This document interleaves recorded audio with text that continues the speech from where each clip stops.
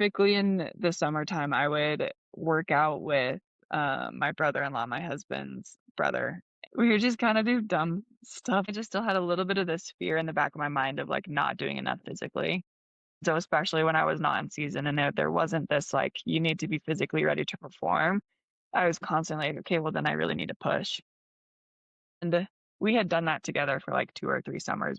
He worked in concrete at the time, which is crazy. So he would go start work at like 4 or 5 AM, and then as soon as he got off, which was typically in the hottest part of the day, he would come out to my place and we would run sprints, and it's like 90 something degrees outside and we're just out there Oh, getting after it. Our relationship through that was amazing. I don't know, I really hated that piece, and eventually we were having a conversation one day and I was just like, "I don't wanna do things out of fear of not doing enough anymore."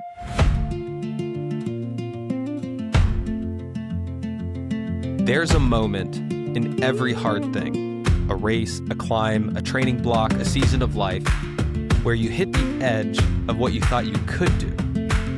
Most people stop there, but some don't. and this show is all about the ones who didn't. What they found on the other side, what they learned about themselves, and how those lessons followed them into every hard thing they came after. I'm Nathan Baumeister. And I'm Matt Carlson. This is What Remains, an Okape podcast. Roni, I can't tell you how grateful Matt and I are for having you on this episode of What Remains, an Okape podcast. Thanks for joining us. Yeah, I'm stoked to be here. I'm, excited to see where this goes. We're excited to see where this goes too. Yeah.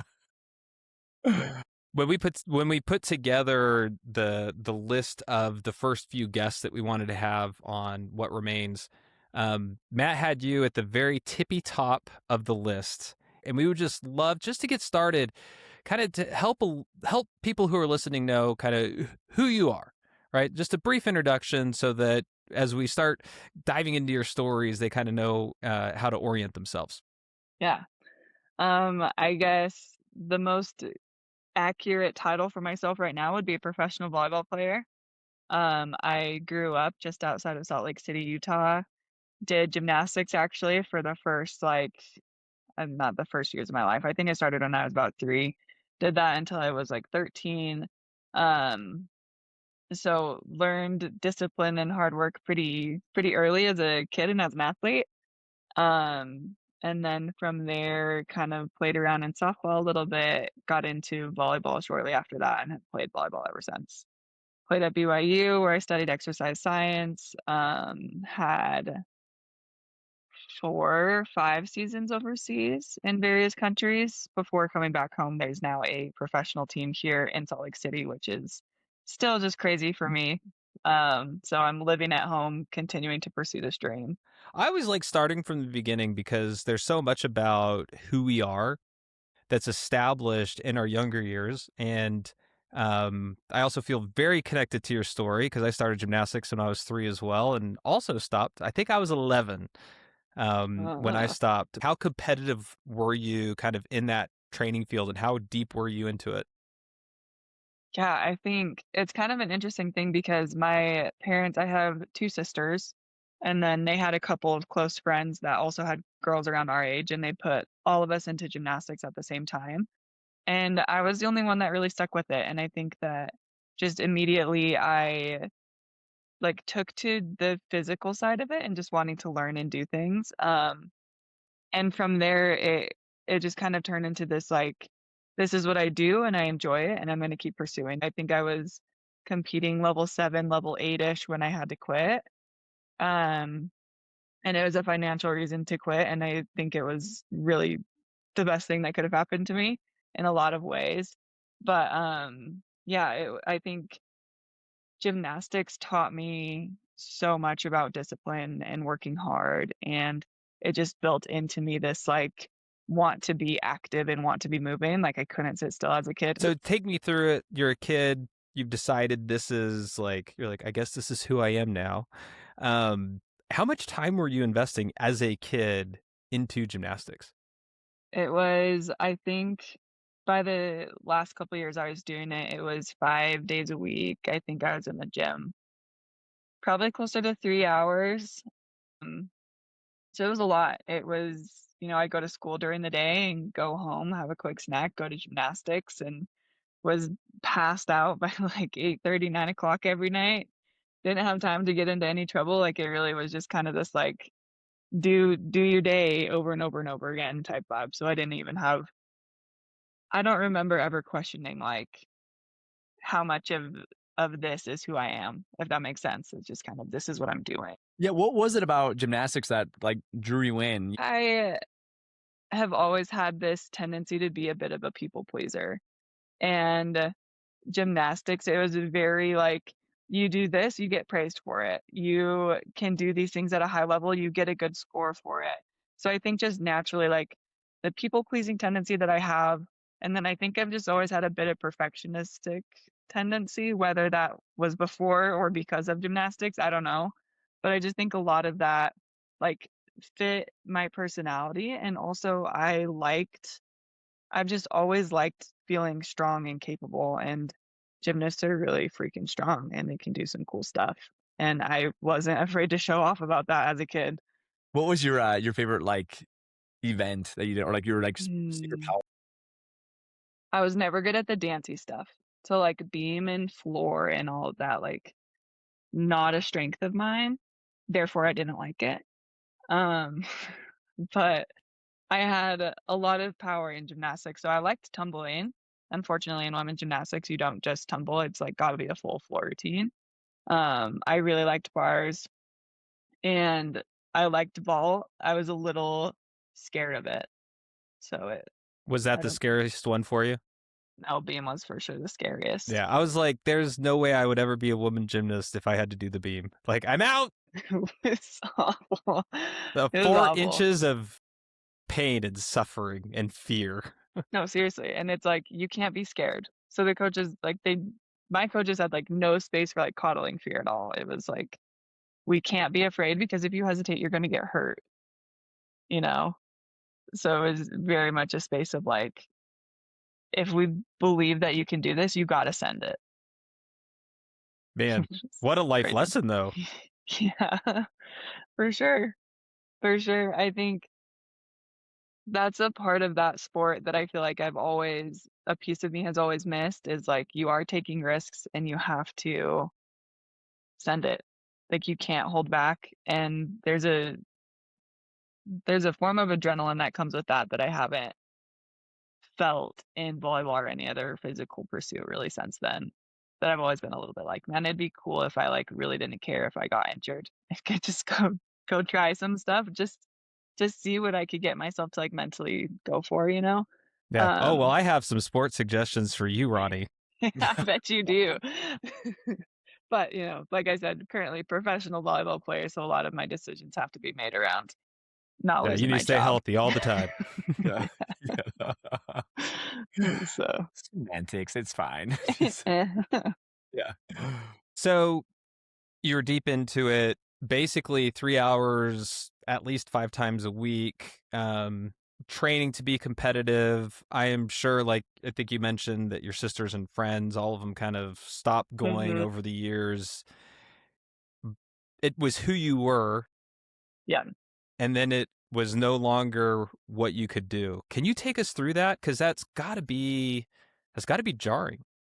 it was. Like, looking back now, I almost, like, cringe at how dramatic it felt in my life, but then also I think that it was a huge change, um, because it was what I knew, and I didn't have a ton of friends at school that I was close with because I didn't have time to hang out with them outside of school, so it was like my gymnastics friends were my friends, and they were continuing in gymnastics, therefore, they weren't gonna have time to hang out with me, Yeah, you hung and out at the gym. That's where you hung yeah, out. Yeah. exactly, Mm. exactly.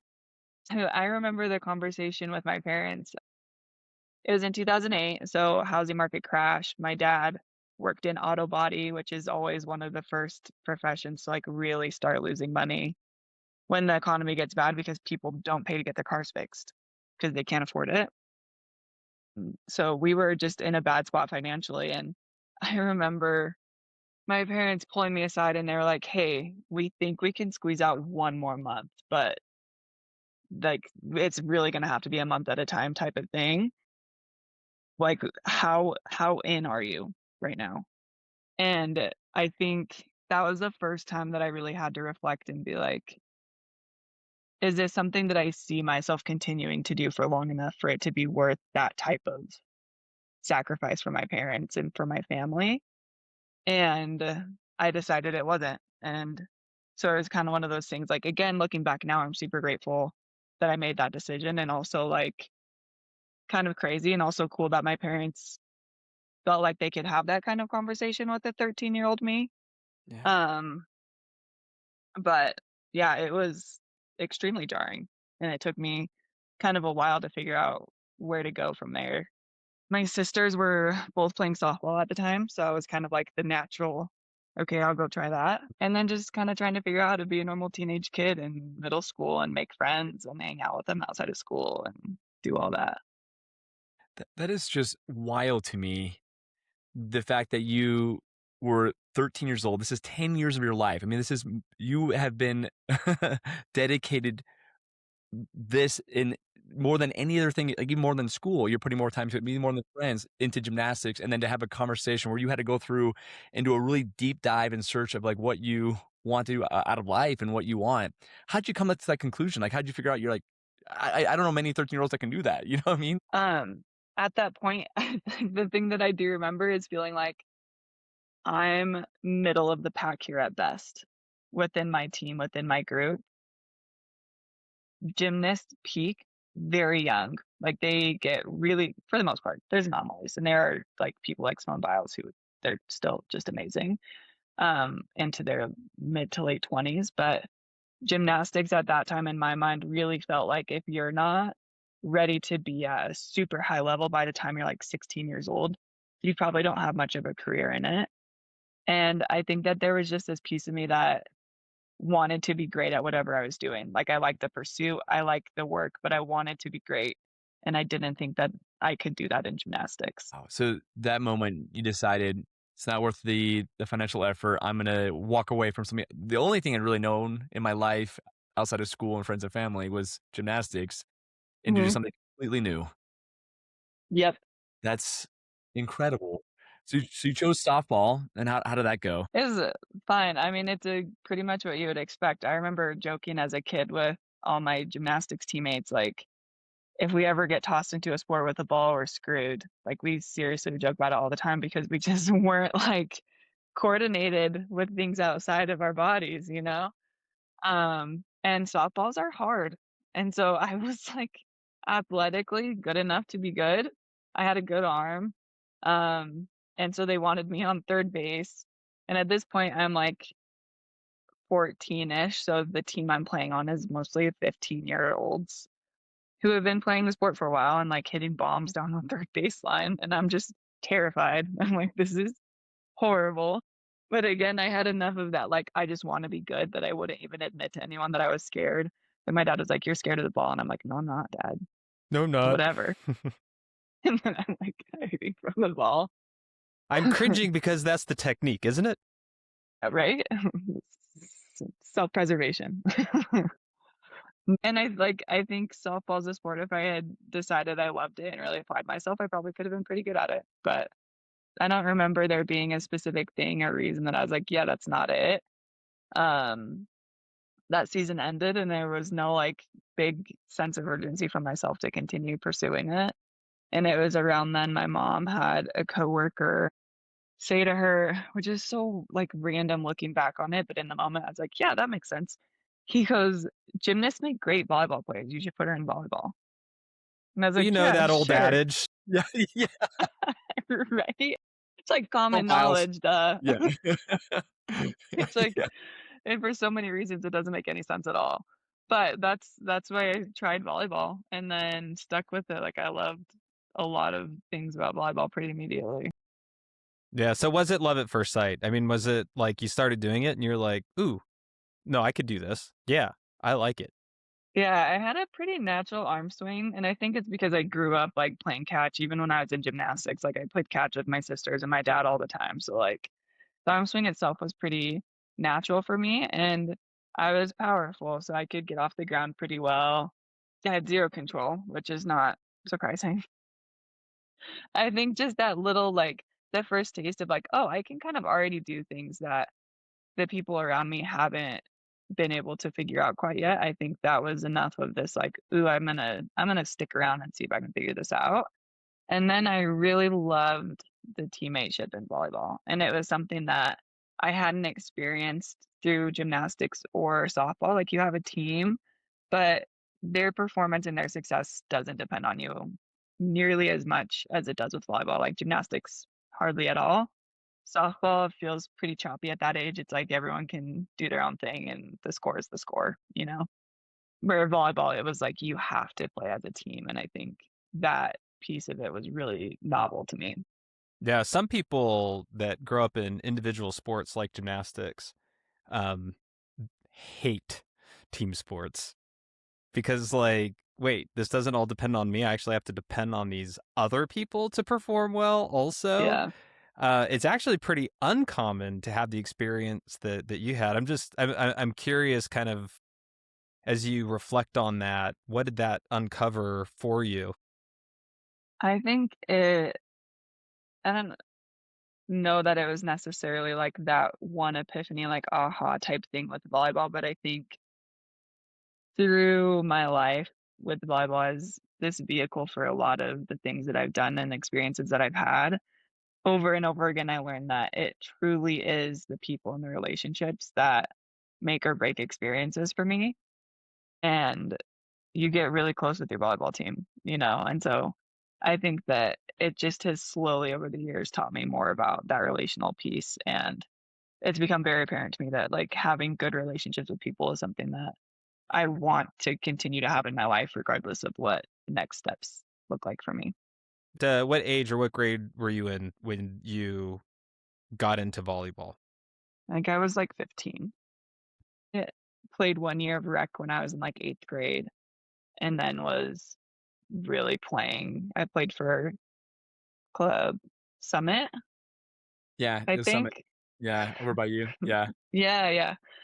Played for Summit for 1 year, played on the high school team as a freshman, and then after that, I ended up at Club V, and it took over my life pretty quick.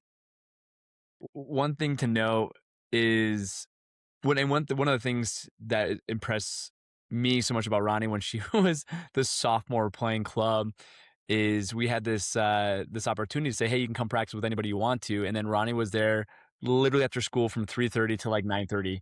And she would come in and she would go right into the workout room. And we're like, I remember asking Ronnie one time, I was like, well, what are you doing? Like, why are you working out? She's like, oh, I hate working out, so I'm gonna get it over with first. I was like, how do you do this? Where do you get this discipline? But now I didn't know your gymnastics story. That's wild. Yeah. Yeah, I remember those days. And it started out like it was like, "Oh, sweet, I can get extra practices," because I was very aware of, like, financial costs of sport at this point, you know? Well, you had to be, And right? It took you yeah, from the first sport that you thought you were going to be spending most of your time with. exactly. And I think I'm really grateful for the way that our parents raised us, and part of it was them helping us to understand, like, you guys having these opportunities to play sports comes with sacrifice from us. And that doesn't mean that you can't do it, but you need to appreciate it for what it is. And so when someone's like, hey, if you want more than what you're paying for, here it is. Me as a kid is like, great, yeah, I'm there, I'm in. Um, was dragged my little sister with me. She's stuck at the gym for twice as many hours as she ever wanted to be there, but I was the rides. Those are good days. It was a lot of fun. I love that story that you hit the gym, you hit it first because you hated it, but you knew you needed to do it. That probably came from gymnastics too. I think most of the time in gym, we would do our conditioning. Like, the worst parts were always at the end, and I hated it. I was like, "We just had a tough practice, and now I have to go do this really hard physical thing." And then also, I've always been kind of an early bird, like, I go to sleep with the chickens all the time. And so, like, if I'm gonna be practicing till 9 at night, like, I'm not gonna do a workout after that. And so I think it was just kind of what made the most sense for me. I'm like, I'm just gonna get in, bust this workout out, and then I can just play volleyball and enjoy the rest. As a sophomore in high school. Yeah. So Yeah. you jump into this volleyball world right around high school. You get deep into it, and you're still in it today. As you think about the chronological order of your career in volleyball, high level athlete, have found a lot of success in every level of the sport up to this point. I would just love to kind of dive into some of those stories of your highlights and lowlights of that journey so that we could all learn from it and learn what you learned about yourself and what you uncovered about yourself. Man, I feel like I could take this so many directions. Um, I guess I feel like those high school and club years were really just a lot of learning for me, and it never felt like mentally, emotionally, I mean, not never, I'm sure that there were emotionally, mentally hard days, but looking back now, I don't think that there was, like, super hard moments, like, extended periods of time, because I just felt myself learning and getting better, and I was, like, getting the payout from that Mm. pretty consistently. I was feeling myself get better, I was seeing results, I was making the teams that I wanted to be making, I was getting good playing time, like, all of the things, you know? Junior year rolls around and I'm getting offers to go play in college on scholarship, which was like the only way I was going to college. The first time that I really felt a lot of struggle was my freshman year in college. I went to BYU and they were a great program. The year before I got there, they were in the national finals. And so like this is a good program. I'm not walking in to a gym where it's like any kid who's athletic is going to be on the court. Um, and it taught me a lot. I kind of made myself a little bit miserable that first year. I was really locked into the things that I had been taught prior to college, and it took me a little bit of time to really get open-minded into what that program was like and what they were teaching and how their systems worked and what hard work looked like there because it wasn't just physical work. And I was this kid that was like, well, let's do a hard workout. Let's do hard conditioning. Let's practice for a really long time, like all the things where this is a university who has fifth year seniors who can't do all those things physically. So, like, you have to work smarter. And so, immediately, there were frustrations on my end of just like, man, I feel like we're lazy. Like, we're not doing anything here. We're not pushing.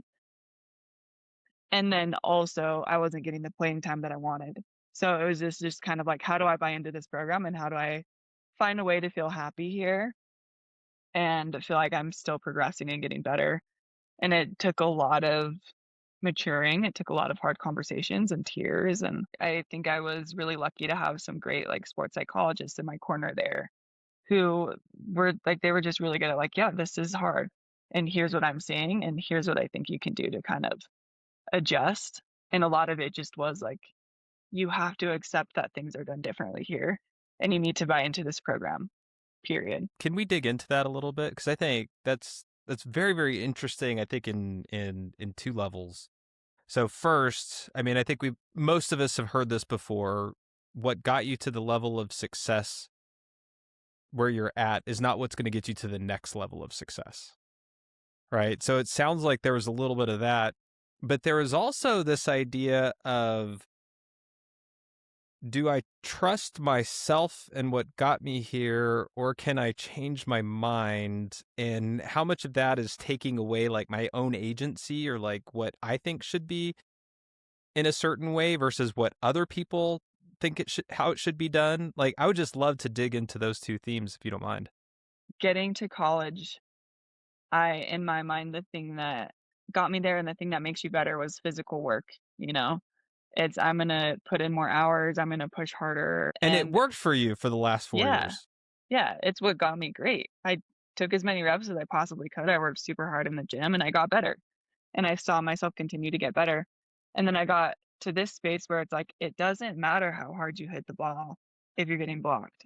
So it's not just physical work, it's how can you get better tactically? It's how can you get better at watching video? In college, sports are no joke. It takes a lot of work to do well in your classes and find that life balance. And I also think that college in general kind of forced me to find more life balance than I had had prior to that. Well, There's your just a whole little bit life. yeah, yeah, a little bit more downtime where I'm like, "Okay, well, the people in my circle and the people on my team aren't constantly in a gym working, so what are they doing?" And just trying to learn from the girls older than me. I'm just so grateful for the work ethic that I was taught through gymnastics and then also through my years at Club B, but it's like my understanding of college was it's gonna feel harder than what we're doing here, and in my mind, the feel harder was physically. And so I, like, 100% showed up in college expecting it to be like, "Okay, well, if I was doing this long of a workout in high school and club, it's gonna be twice as hard as that because now I'm in college," and that was not what the hard thing was. The hard thing was all of the other stuff. And I think it just took me a while to, first of all, like, identify that that's what was happening because I got there and was just kind of like, "Whoa, whoa, whoa, nobody here is working hard. Everyone's kinda lazy," like and it's not that they weren't working hard, they just weren't killing themselves, you know? And it took a lot of maturing for me to be willing to listen to coaches who had different ideas and be willing to buy in to this program because that's where I was gonna be for the next 4 years, not where I was. So a lot of times you hear these stories of athletes like going through something similar, and they always talk about like this aha moment where just like you can have this realization. You call it maturing, but it's like almost like a light bulb moment, right? Where like lightning strikes you. You're like, oh my gosh, I see things differently now. Did you have a moment like that at all? I don't think there was one moment for me. I think there was a lot of conversations that kind of helped guide me there, and I don't know that I, like, fully understood how stubborn I was being until, like, my junior year, where I was, like, watching some of these other freshmen come in, and I was like, "Oh, that's what I was doing, and that's why it didn't work." And I think it was just kind of this, like, slow morph for me. I genuinely just feel like it took a lot of time for me to grow out of this, like, more physical work is the answer and more physical work is always better, and be okay sitting in the discomfort of, like, I only get this many reps at practice, period, because we need to protect our bodies and we need to protect our health.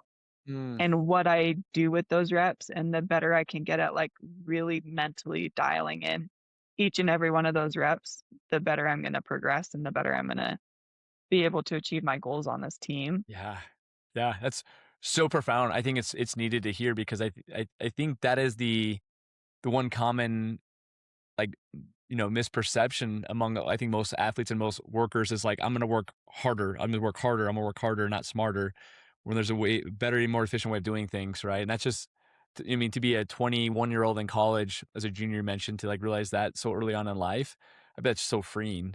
But it was your junior year where you made it to the Final Four, right? At BYU It was my senior year. or your senior year. So junior Mhm. year, you you had this realization, then all of a sudden, talk to us about your senior year now, because this is like your breakout year where like you were, I mean, top 10 highlights at, on ESPN and like just all American and led BYU to a Final Four. Yeah, obviously there was some Yeah. some things that happened to get you where you got.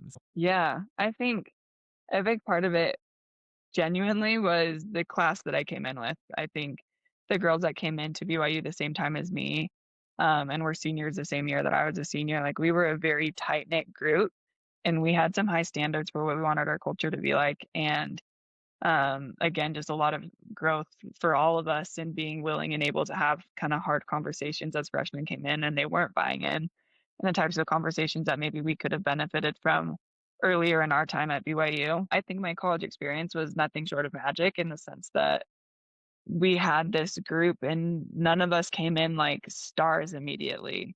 We all worked hard to get out on the court and to make a name for ourselves in the college scene. And then by the time our senior year rolled around, like we were undefeated until our last conference game. It was just really cool to be a part of. What an amazing story. And to have it like peak your senior year, like just can't ask for something better than that. But when we push ourselves outside the norm and try and do amazing things, have extraordinarily high standards, I can only imagine that all of you are like, we want to win it all. Why did we come here? To win it all. Like that's the question. And to get as far as you've gotten, but then not win it all. Hmm. How do you deal with that? How do you balance this of like celebrate the amazing accomplishment that you and the team had while still also holding this level of disappointment that it wasn't where you wanted to be in the end? Because I think a Yeah. lot of us struggle with that. Yeah. Yeah. Well, it's super tricky. And I don't think that it's something that I knew how to do in the moment, you know? And I think it took some experiences beyond that senior season for me to really be able to look back and appreciate how cool and how special what we did was.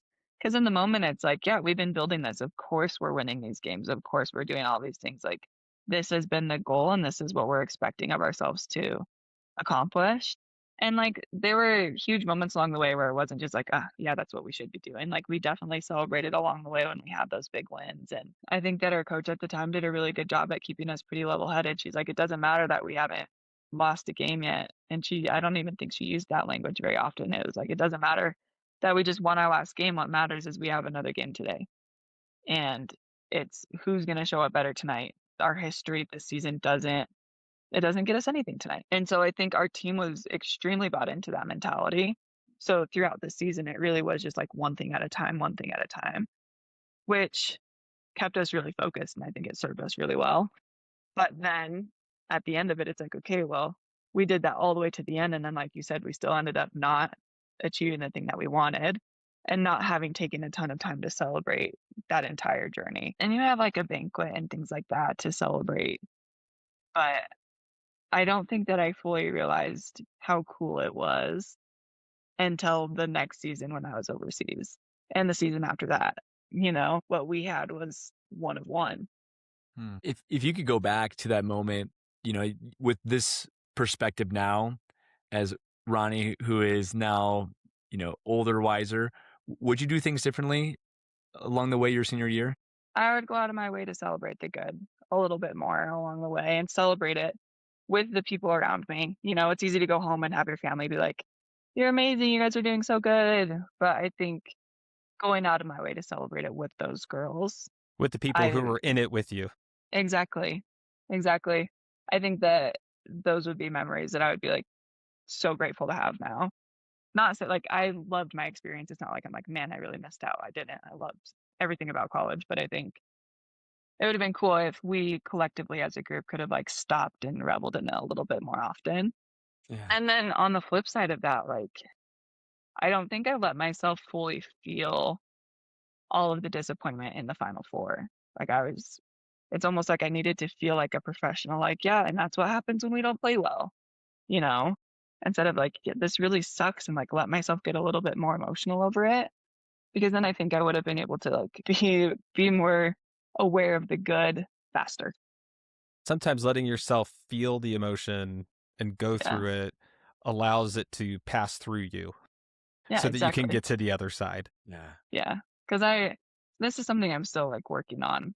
Volleyball has a way of just leaving a bad taste in my mouth when things don't go the way that I want them to, and I will let it linger for way too long. And I think that that was a really good example of that, where it's like, man, I just feel like bitterness towards the sport in general right now because of that one bad outcome, which was a big one. But it's, it's like, how can I, at the end of the day, now, like I'm getting paid to play a sport that I love. And I don't want to feel negatively towards it. And of course, like I'm competitive, everyone is. So there's gonna be those emotions, but I just want to continue to like try to be better at feeling those things and being competitive and being all in, and then still being able to take a step back and feel gratitude for what it is that I'm doing. If you're going to push yourself outside what is normal, and if you're going to go for big things, it's inevitable that you will fail sometimes. Otherwise, you're not going after big enough things.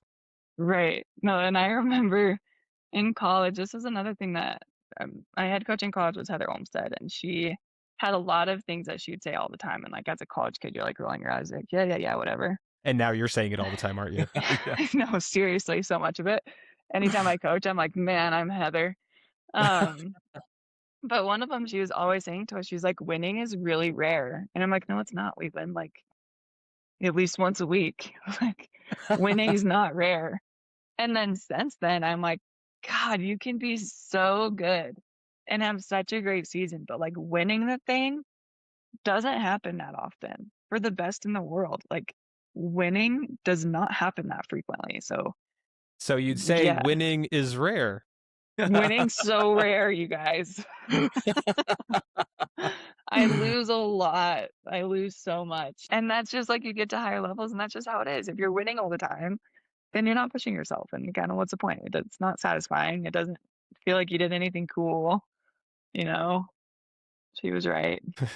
There's so much like wisdom that you just dropped on us. I want to just take a moment to recap a few things because it was just like my jaw was dropped. For those that are listening or not watching, I was just like, oh my gosh. Tried to reach Pause, across the write this down. screen to like pick it Yeah, up, I know. but Put it back up.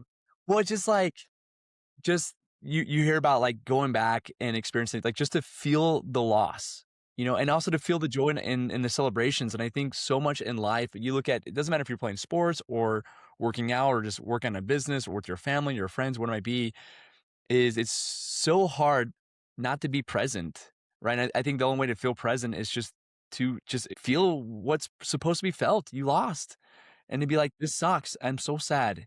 And not beat yourself up, but just deal in the realities. And then I think you're right. There's healing that happens. There's learning that happens from that. Like, wow, like that is just incredible. And the undefined joy and connection along the way. Right. And that's Yeah. like with people you care about. 'Cause you look back at it. I remember even as a coach, you go back and you ask all these athletes, who won state or won nationals. You're like, what was the best moment? Was it like that final moment where you got the kill or you guys won nationals? And no one ever says that. They always say like it's the bus rides with your friends. It's Yeah. the memories that they have, and it's the feeling of the pursuit, right? Of like what we strive together to accomplish. It's such a good memory, especially you being at that like the highest level. Here you are in the Final Four, and for those that don't know volleyball, this is like, you have everybody coming to what's called the ABCA convention, and you have people from all over the world, essentially, all the national team coaches and Yeah. college coaches all come to watch these, essentially 3 matches, the 2 semifinals and the finals. And it's like this huge event, this huge party, and best volleyball minds are there, and you're like on stage, you're on ESPN, there's cameras, there's interviews, it's just this big hoopla, and that's like just the epitome of the sport, right? It's the most Yeah. incredible experience. I remember like being there and watching you play that game and just like taking it all in. What an incredible experience. And then also now to like look back and to talk about what you learned from that moment and how it Yeah. applies to future things. So after BYU, you said you went and played overseas. Can we talk about that? Yeah. When I was finishing college, there were no professional opportunities for volleyball players in the States. And I am a homebody through and through. So this was like gut wrenching for me. At that Final Four match, after we had finished, I met with an agent who was Italian. And I think that's kind of when things started to feel a little bit more real and exciting for me, that like I could continue to play volleyball and then that's going to look like me moving overseas. And I ended up signing with him. He's still my agent. He's the best dude ever. He found me pretty immediately after that season. And it was thanks to us having a good season as a team. And I had a good performance year too. It gave me some options to choose from. And my first season, I went to the top league in Italy, and it was not a great team, but it was supposed to be kind of like this up and coming team with a great coach and all the things. And so it really fit kind of my ideal around sport pretty well at that point still. Like, I'm like, okay, I'm taking this next step. I know I'm going to have to get better. I'd rather be on the court on a team with a coach who's going to help me develop. And I get over there and I'm just using the same strategies that I learned I should have used when I got to college. Which were like, okay, let's see what the more veteran girls are doing, kind of follow in their footsteps and look to them as my leaders and buy into what the coaches and like the system is and all of those things. And it turned out that that was a horrible idea in this setting because Don't dang it. professional Come on, this was the sport. lesson I learned. Why can't I just use the know. lesson I learned? Why can't I just do the thing that got me here? Yeah. Um, because professional volleyball is not college volleyball. They don't care about your development over 5 years. They want you to perform right now. period. And that was a shock for me. Now it seems so obvious, but little 22-year-old Ronnie was like, "What do you mean your job isn't to help me develop? You know, you're a coach. That's what you're supposed to be doing." But that's not what they're doing. Their job is to put a winning team on the court. And typically, more of that has to do with recruiting the right players and figuring out your lineup than it does with anything you could do in practice. And that's just how it is. So that first experience for me, needless to say, was very brutal. I was not ready to manage the things that came with professional volleyball. Looking to the veteran girls as leaders, not a good idea. Like, you got to figure out who actual good leaders are. So yeah, the team, we ended up, I started the first maybe 1 or 2 matches and then got benched pretty quickly after that and just never had another opportunity to play. The coach was not a good developmental coach. He was kind of crazy. Good dude. He's got a good heart. Doesn't speak any English. But the team was tanking fast. So we were gonna end up getting relegated and I wasn't on the court. And we're, professional landscape. So if I'm on a losing team and not playing, my prospects for contracts the next year are looking pretty bleak. So around January of that season, my agent was like, "Hey, there's a team in Poland and you can go there and start right away." And he's like, "I think it's a good move. Like, the league isn't as high of level, but at least you're on the court and hopefully you can help this team pull out the last half of their season." So halfway through that first season, my husband was living overseas with me, which was great, but we hadn't had any other visitors. Like I said, I am a homebody. Like, I like to be home. I like to be close to family. A week before my parents were supposed to come visit in Italy, we moved to Poland. And so their trip gets canceled. Like, it was all just this kind of chaotic thing. But yeah, finish out my first season over in Poland. And kind of funny story with that, about 2 weeks after I left Italy, COVID broke out and everyone was like quarantined, locked at home. So like super lucky, like we got out just in time. The other foreigners on that team with me were stuck in Italy until the end of May. Oof. Um, Poland didn't get hit quite as hard until about a month and a half later. So I was able to finish out most of my contract in Poland, got paid for it, did a good enough job to get myself some good contract opportunities back in Poland again the next season. And like, didn't really have any big COVID issues. Like, got home before stuff got super chaotic. Got out of Poland before their airport shut down. Good timing to avoid all the chaos, but rough first year as far as volleyball goes. But I mean, from a learning perspective, super rich, right? Like, For sure.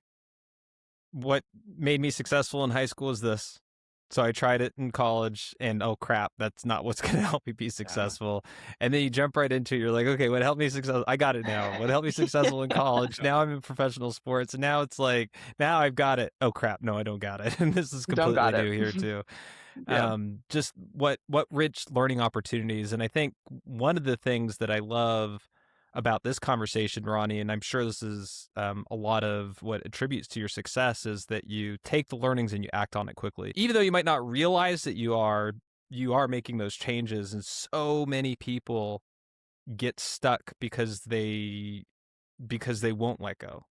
They won't allow themselves to change. They won't allow themselves to move forward. They won't allow themselves to learn the lessons that they need to learn. Yeah. Like, as you said that, I'm like, was it fast? Well, I mean, yeah. Did I act on it fast? I don't know. Well, I know that you Eventually. did. And you want to know how I know you did? Because you're still in the game. Yeah, I'm still playing. I didn't lose myself out of a job, so that's good. It's a good Yeah. point. And so from Poland, you went to Brazil was your next contract, right? So I played 2 more seasons in Poland first. The one immediately following was it's funny because professionally it was probably my best performance, but like, overall hardship overseas, by far my worst experience overseas. The COVID winter was the year before, so everyone's still trying to figure out travel regulations and everything else. During some summer training, I kind of injured my knee a little bit, but it was like a month before I was supposed to go out to this next team. So just horrible timing. And it wasn't covered by anybody. Like, it was my problem at that point. So just a lot of kind of chaotic stuff going on. I ended up going to Italy and rehabbing with my agent's doctors for a couple of weeks. But what made it so challenging a couple things. One was my husband couldn't get a visa because they weren't just allowing anybody to travel at that time. And he had been traveling on a family visa and they weren't giving those out. So the club had told me, they're like, okay, we're just waiting on one more piece of paper for him. You need to come out now so we can start training and like getting you integrated in the team. And he'll be probably 2 or 3 weeks behind you. I was like, yeah, great, no problem. Completely trusted these people. Um, do the rehab stuff in Italy, get over to Poland. The first couple days, it's usually like the first 24 hours in a new country. I think it's just combo of like just this like whiplash of, okay, now I'm all of a sudden living in this completely different world. I need to figure out my team. I need to figure out where a grocery store is. A lot of times apartments don't have like bedding and towels and toilet paper and just all this stuff. Like you're moving into a place that you don't even know what it looks like. And you're extremely sleep deprived. I don't sleep well on long plane rides. So almost get like panic attacky typically that first day. Mm. And it was like amplified because my husband wasn't with me. So just trying to figure all that out. And then I go to practice the next day. And before I can even walk in the gym, there's a reporter standing at the door. And he asks me in kind of broken English, he's like, how do you feel about your position change? And I'm like, it's got to just be bad translation. So I just give some like bull crap answer or whatever.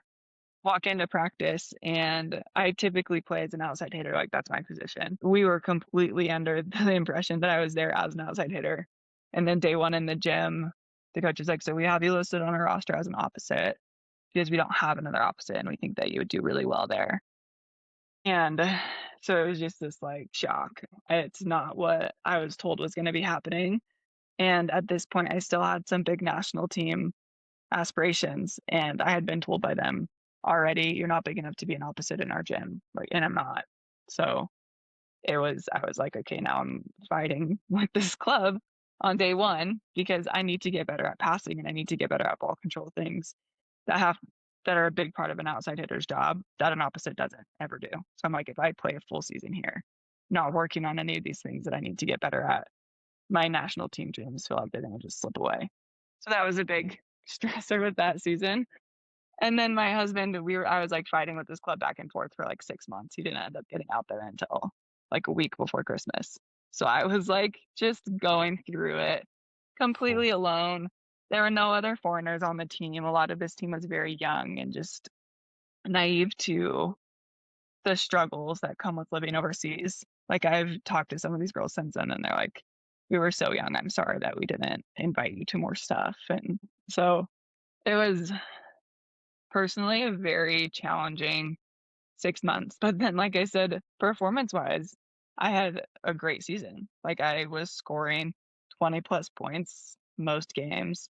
I got like 9 or 10 MVPs on the season and just like crazy good performance. But it didn't feel like a fulfilling season to me because of the rest of it.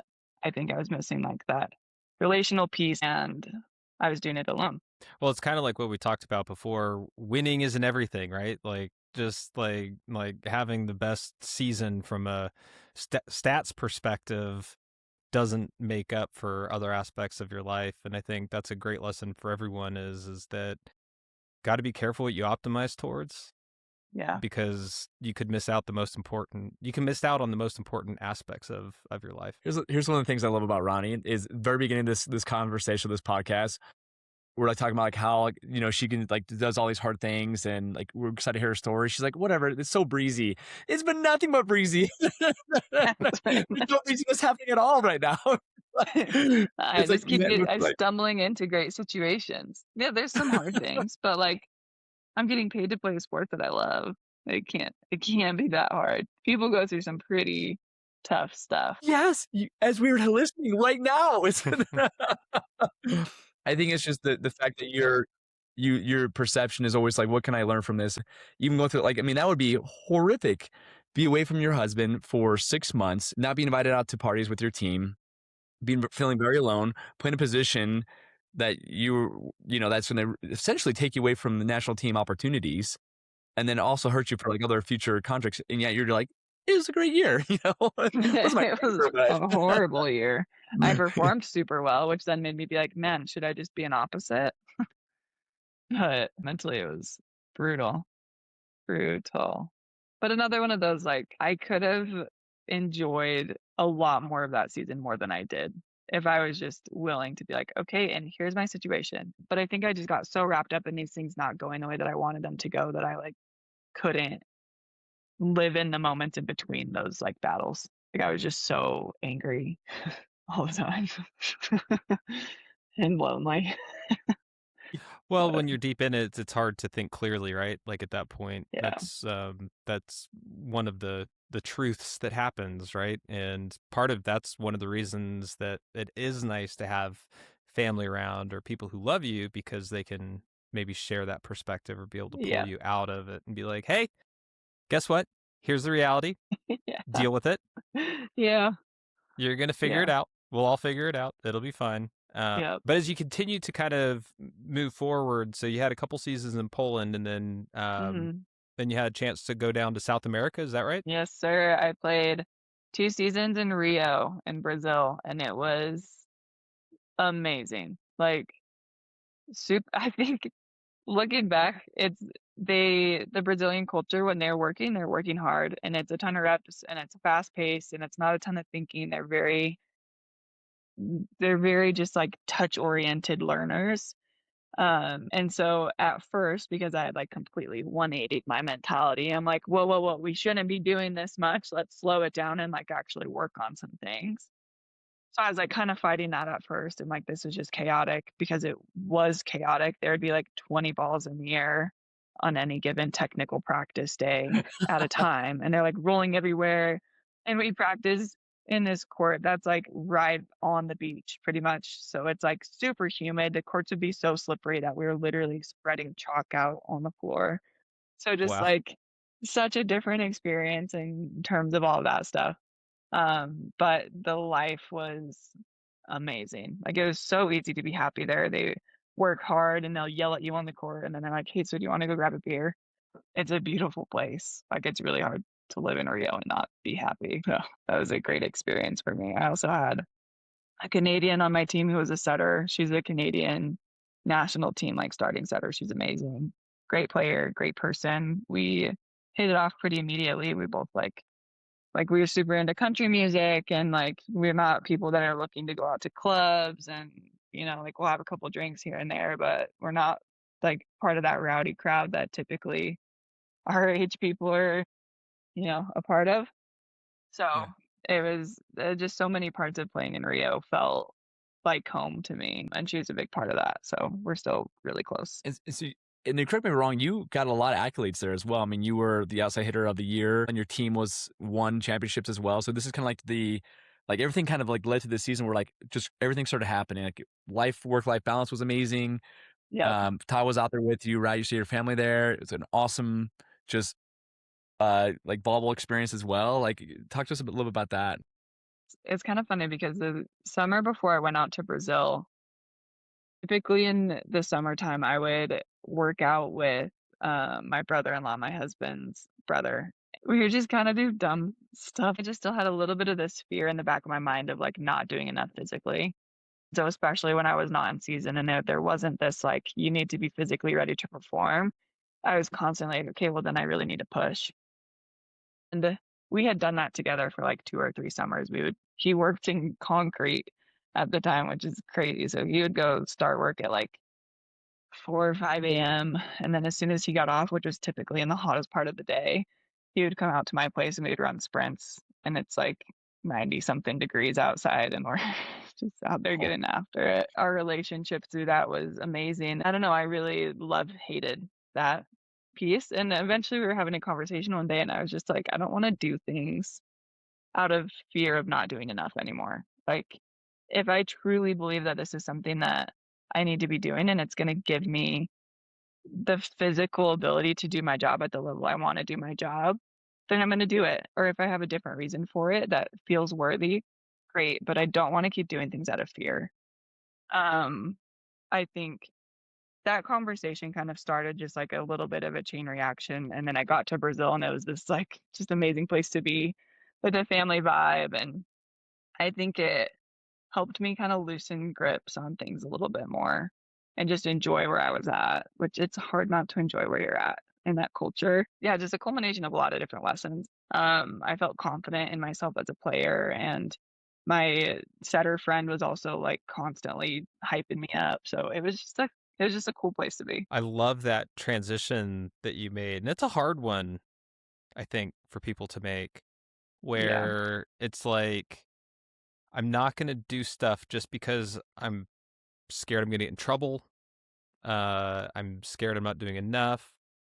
I'm scared that I'm not gonna have the body that I'm supposed to have. Like whatever it is, I mean, so many people do lean into fear as a motivation in a very, very negative way, and instead flipping that and saying, if I know my why, and my why is one that pushes me in the direction that I want or that I need, then I'm all in. But if not, yeah. I don't need to do it anymore. Yeah, and I would say I don't Mm. know that it's a transition that I've, like, completely made, like, there's still like, right now, I'm in this kind of uncharted territory of I don't have any major competition or anything that I need to be performing for until January, and this is, like, the longest chunk of time I've ever had that, and, there's just a lot of life changes right now, and so trying to find this peace of mind around my plan and what it is that I need to be doing. There's still like, I still pretty consistently will have this little chatter of like, "Okay, but are you sure you're doing enough?" Mm-hmm. You know? Mm.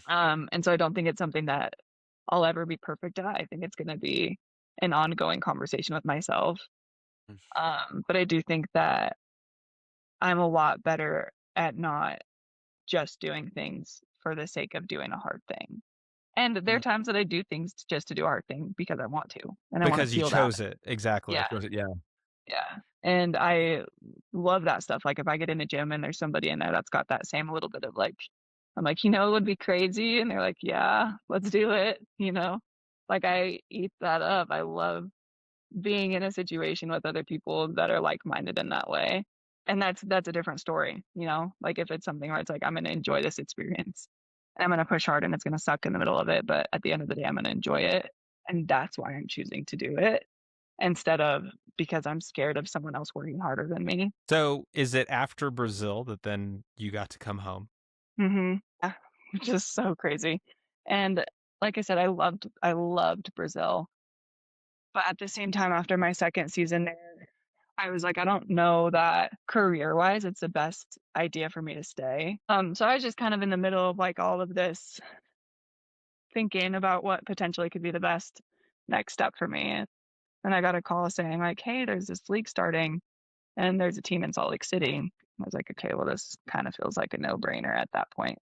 And what's crazy is we had just bought our home the year before in West Jordan.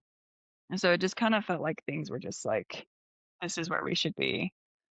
I have to slow down and remind myself often because we practice at Club B between seasons. That's where I'd come home and train. Like if I was trying to get touches and was in the state of Utah, that's where I was getting touches. And it's just always been this like homey open doors feel for me there, which is so amazing. And now that's where I show up to work every day. So it's just really incredible. My family's in the stands.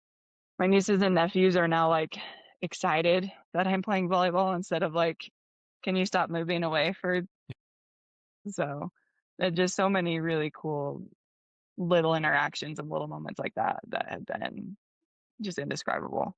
I'm not saying it's perfect, but it has given me an opportunity to strengthen relationships and be close to my family and feel like I'm not putting the rest of my life on hold anymore. Like I can play sport and have a home and we got dogs and like we're doing life. And prior to this, it's been like all of that just needs to wait until I decide to be done playing. And that's Wow. just not the case anymore. So Mm. it's pretty surreal. I mean, you look at like full circle, like you look at just the whole, like your whole life, like, cause that's essentially we started when you were 3 years old talking about gymnastics. It was through like the lens of sport. And it was just like this pursue, like I'm going to work as hard as I possibly can. I'm going to become the best I can. Oh, I can't be the best. Hey, this is financially hard. I'm going to pivot and go now play this sport. And then I'm going to go work my butt off. Oh, now I got to work smarter. Oh, now I got to perform. And then now it's like, now I need to have like a life balance where I want to have, fun and friends and family. And then you come home and you're like, I want to be settled. And it's just like Yeah. amazing to see how everything came full circle to where it's just like right now where you have like this such a like really once in a lifetime like experience of life. I mean, you live in different countries. You're playing at the highest level of your sport. You've Yeah. accomplished it all. You're on the top of the mountain, and you realize, I want to, that's amazing. Yet I want to like really do this with people I love. Like that's what at the Yeah. end of the day you want to pursue this with your family. It's Yeah. just like that's a whole book in itself. Like it's Yeah. incredible. And I think just something that you kind of talking through all of that made me think of is within the last like season or two-ish, and I think also being at home and like reconnecting with people who are here and who are in like the high school coaching world or club coaching world, it's become more and more apparent to me that I'm still extremely competitive. And when I'm on a court, I'm going to be competing as hard as I can. But I'm also realizing that winning games doesn't matter that much to me in like the grand scheme. It's building in a lot of clarity for myself around what I want to do next. And I think for a long time it felt like the obvious thing would be to coach volleyball. But I'm in a space right now where it's like I don't think that I can apply myself fully in that capacity because I don't care about winning. Like I genuinely like it doesn't feel that important to me. I care about helping people get better and helping them grow. And I want to find an avenue where like that is the most important part of what I do. And that's my job description, not building a winning team. And I think just all of these experiences and then getting back home is like, that's what's made it feel super clear to me, which is cool because like trying to figure out what you want to do after doing sports your whole life can be kind of scary. But it's feeling less scary and more exciting to me. I'm sure no matter what you end up doing, physical pursuit will continue to be a part of your life, just in different ways, right? Where you'll have more freedom to try and experiment with different things. Absolutely. So our last question, and it's the one that we always ask everyone, but after everything you've been through, everything you've pushed past, what remains? So much. I think there's this whole phase of life ahead of us and becoming parents, and there's so much unknown that comes with that. And I think just life past sport, like I've been lucky enough to continue to be a volleyball player, and at some point I'm not going to be a volleyball player anymore. And I want to I want to stay an athlete. You know what I'm saying? I want to stay physically capable, and I want to keep pushing myself and finding other people that want to push themselves to do it with me. And I want to find a way to help other people be their best. And right now, I think that looks like probably youth athletes pursuing paths similar to the one that I've had. But we'll see. I mean, we'll see what remains. Who knows? Plenty of life left to figure it out. Yeah. Well, thank you so much for your time, Roni. It has just been an absolute pleasure sitting here and talking with you and hearing your story. Yeah, thank you guys. This was a great conversation, and I think I have more reflecting to do after some of these questions and answers, so just grateful for the conversation. Well, that's Roni's story. And like every story on this show, the finish line wasn't the point. If something in this episode stayed with you, write it down. Sit with it, and then go do something with it. If you're not on your path yet, this is your sign to start. It doesn't have to be big, it just has to be real. New episodes are dropping all the time. Subscribe so you don't miss the next one. And if this show meant something to you, share it with one person who needs to hear it. I'm Nathan Baumeister. And I'm Matt Carlson. This is What Remains, an Okapi podcast. We'll see you next time.